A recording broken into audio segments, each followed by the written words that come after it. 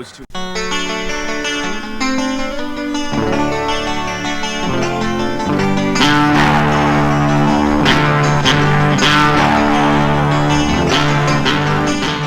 The award-winning 1966 film Battle of Algiers documented the explosion of terror and violence that paved the road for Algerian independence.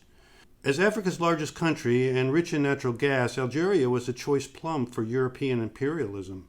In 1830, under the shakiest of pretenses, the French invaded, and within a few years, 825,000 Algerians, one-third the population, was dead. The French confiscated choice lands and awarded real estate to European immigrants who arrived in droves, eventually becoming the majority in the capital city of Algeria. Citizenship was granted to Europeans, Christians, and Jews, but Muslims were denied. The Jews became the go-between Muslims and French, and both sides initially tried to recruit them, although most sided with France, something they may have regretted after Vichy France began persecuting Jews. The Nazis built an ideological bridge between fascism and Arab nationalism, fueled by mutual hatred. When the British and Americans landed in Africa, the Vichy forces initially tried to repel the Allies, but were eventually allowed to switch sides, greatly angering the Free French forces led by Charles de Gaulle. On May 8, 1945, the same day Nazi Germany surrendered, Muslim activists held victory marches that provoked violent responses from the French occupiers. The ensuing street massacres put a lid on the simmering independence movement for almost a decade, but in 1954, the movement resurfaced in force through the appearance of the National Liberation Front, a merger of communist and Islamic ideologies. The FLN began a savage campaign of assassinating Harkis and their dependents. The Harkis were Muslims serving in the French army who acted as police. As many as 150,000 may have been murdered. Harkis and their families weren't the only casualties as the French launched a counterattack on Muslims. As many as 700,000 perished and 2 million displaced during the 8 years of unrelenting violence. Shot in black and white, Battle of Algiers had the look and feel of behind-the-scenes newsreel. Rather than take sides or mine the subject for emotional response, it coolly revealed the turpitude and affinity for violence shared by both sides. Within a few months, the FLN became the template upon which the savage weather underground was created. Strangely, the leaders of that movement, which effectively destroyed the nonviolent Students for a Democratic Society, were sons and daughters of the super wealthy, although they rounded up a handful of acolytes by preaching a twisted form of self-hatred for the American middle class, an indoctrination accompanied with drug-fueled orgies designed to break down individuality and moral codes. It had all the makings of an intelligence mind control operation. After the Weather Underground declared war on America and went into hiding, they divided into cells exactly like the FLN and began releasing communiques exactly like the FLN and informed their ranks millions would soon die in the coming war. Many of their parents would be forced into concentration camps once their revolution succeeded. The war was quietly launched with some small pipe bombs planted in police parking lots in the Bay Area, set off to go off during lunch hour. Although they never took credit for these bombings, rest assured they were most likely the initial attempts to spark war between police and the emerging counterculture. Like all communist revolutions, the Weather Underground cell structure was designed to protect the organization's leaders from exposure once the killing began. In truth, the Weather Underground cells had been penetrated on inception, although the many FBI informants planted in the lower ranks had no idea the key lawyer running and funding the organization had his own mysterious connections to counterintelligence. The springboard used to catapult the organization into the national spotlight was the murder of Fred Hampton by Chicago police connected to counterintelligence. Not so coincidentally, Bernardine Dorn was immediately on the scene, leading the press on tours of the murder site, strangely left wide open by Chicago police, while giving lectures on the need for reprisals, despite Hampton's total dedication to nonviolence. Hampton had recently risen high in the hierarchy of the Black Panthers, the most respected black rights organization, and immediately began leading the membership away from armed insurrection and toward what Hampton dubbed the Rainbow Coalition. Hampton was the biggest detractor of the Weather Underground inside the counterculture and dubbed the group as insanely custoristic. So you can see how killing Hampton served the interest of the Weather Underground while also allowing them to exploit his death as a fulcrum for convincing clueless teenagers to support violence as the only logical response. The bloodbath they plotted was severely hampered, however, when their first major bomb blew up while being constructed in New York City and killed 3 of their own.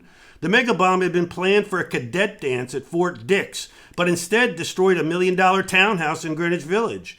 The death sent shivers through the organization, and the leaders rapidly dialed back on future murder plots, although the kill cop rhetoric continued unabated and infected many others.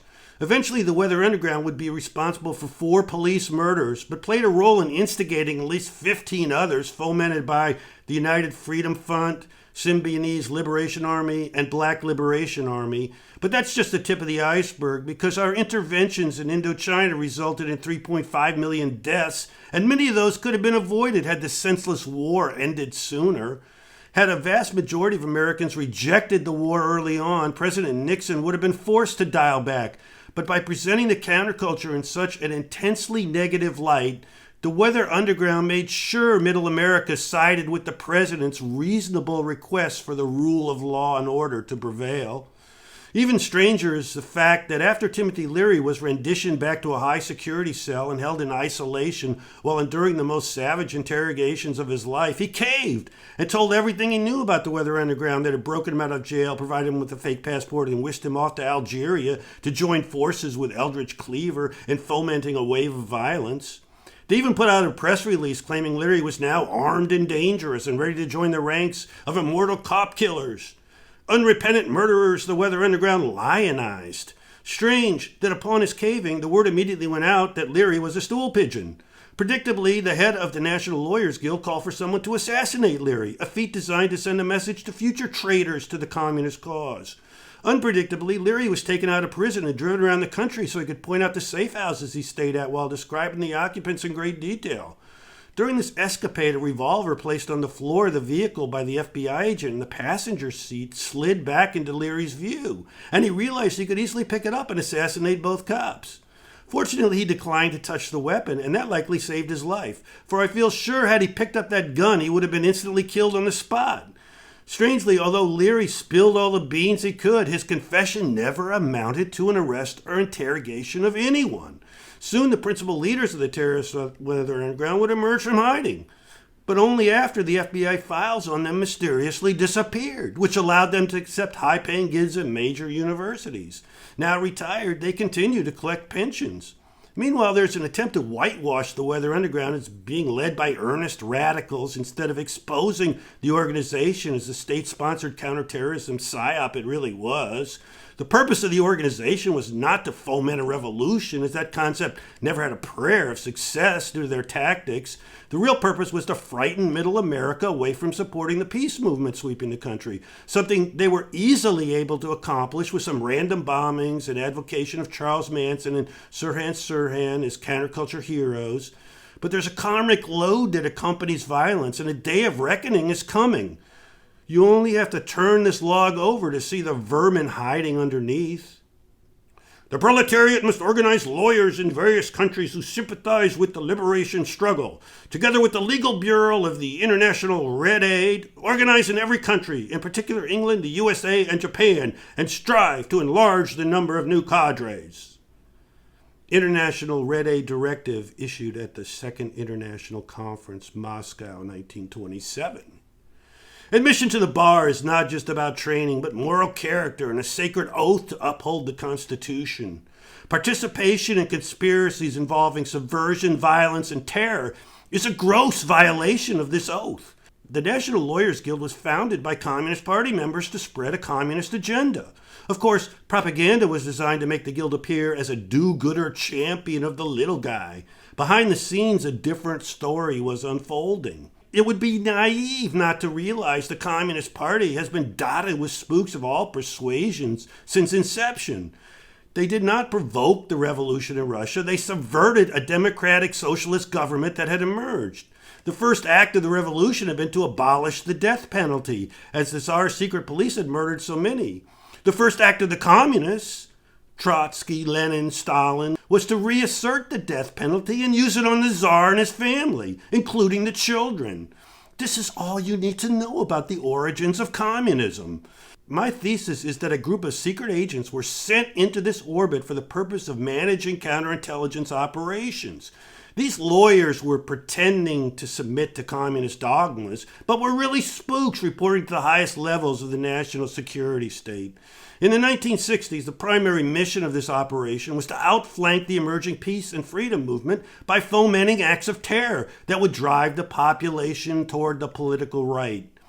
The spearhead of this infiltration was Louis Boudin, working with John Reed and Jay Gladstone, and later passed to Boudin's nephew, Leonard, whose daughter, Kathy, would join the Weather Underground, assist the assassination of 3 police in a failed bank robbery, and wind up a tenured professor at Columbia University.